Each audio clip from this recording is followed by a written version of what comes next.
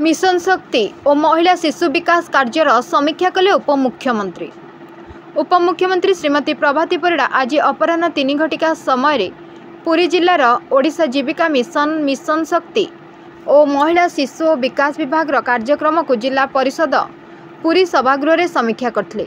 उक्त बैठक में पिपिली विधायक आश्रित पट्टनायक एवं सत्यवादी विधायक ओम प्रकाश मिश्र जोग देथिले।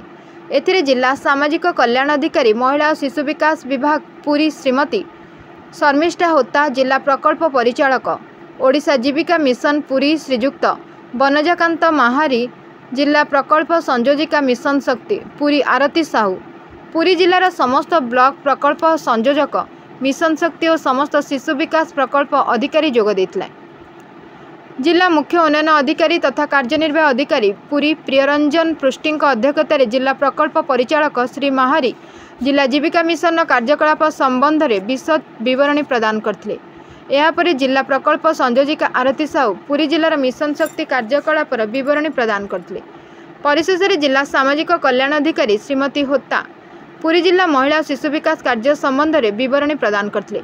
समस्त विभाग कार्य समीक्षा करने पर उपमुख्यमंत्री श्रीमती परिड़ा परिशेष समस्त अधिकारी को लोकमानक पई सठिक भाव में कार्य करने को निर्देश देथिले।